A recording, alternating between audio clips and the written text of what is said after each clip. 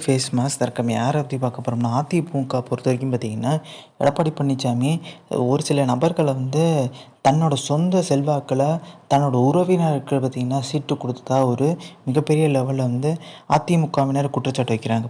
ஒரு சில நபர்களுக்கு பார்த்திங்கன்னா தன்னோட சொந்தக்காரருக்கு தான் வேட்பாளர் நிப்பாட்டி வச்சுருக்கதா தகவல் இருக்குது.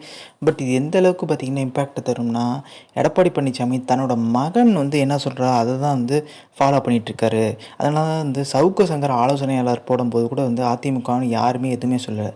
எதுக்குங்க அவர் ஆலோசனையாளர் போடணும்? உங்களோட அதிகமாக செல்வாக்கு, அதிகமாக பார்த்திங்கன்னா அரசியலை பற்றி புரிதல், அரசியலில் பார்த்திங்கன்னா அனுபவம் உள்ளதெல்லாம் ஆலோசனையராக போடணும். இப்போ ஓபிஎஸ் போட்டிருக்காரு பண்ருட்டி ராமச்சந்திரன்.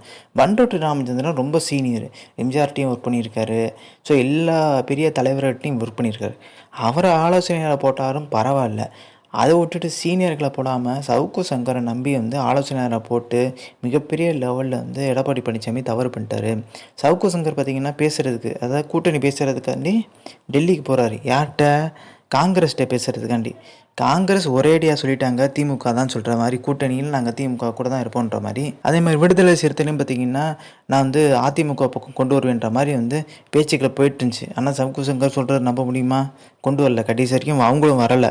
ஸோ பாஜகவோட கூட்டணி விட்டு வெளியே வந்தால் இங்கே திருமாவளவன் கட்சி, காங்கிரஸ்லாம் பார்த்திங்கன்னா இலப்பக்கம் வரும்னு எதிர்பார்ப்புச்சு. பட் அதெல்லாம் பார்த்திங்கன்னா துளி கூட நடக்கலை இந்த வாட்டி. ஸோ இந்த இன்ஃபர்மேஷன் பிடிச்சா லைக், ஷேர், சப்ஸ்கிரைப்.